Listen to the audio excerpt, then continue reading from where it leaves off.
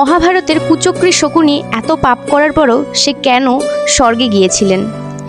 কুরুক্ষেত্রের যখন যুদ্ধের সময় কুরুবংশের পতন ঘটছিল, ঠিক সেই সময় সহদেবের সাথে শকুনির যুদ্ধ শুরু হয়।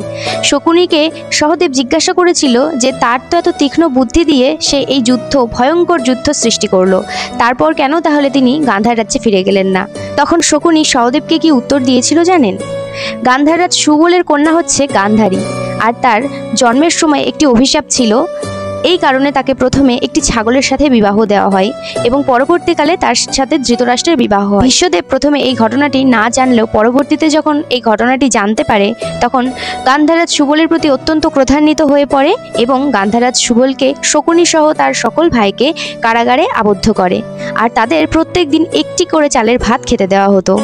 গান্ধাররাজ সুবল খুব ভালো করেই বুঝে গিয়েছিলেন যে একটি করে চালের ভাত খেয়ে তারা কখনো কেউই বাঁচবে না, তাই ওই একটি চালকে যে কোনো একজন, যে তাদের মধ্যে সবচেয়ে বুদ্ধিমান ব্যক্তি, তাকেই খাইয়ে বাঁচিয়ে রাখা হবে। এবং সবথেকে বুদ্ধিমান যেহেতু শকুনি ছিল, তাই তাকেই বাঁচিয়ে রাখা হয়েছিল এবং মৃত্যুর পূর্বে সুবল তার একটি ঠ্যাং খোড়া করে দিয়েছিল, যাতে প্রতিশোধ দেওয়ার কথা সে কখনো ভুলে না যায়। এরপরেই শুরু হয় আসল ঘটনা।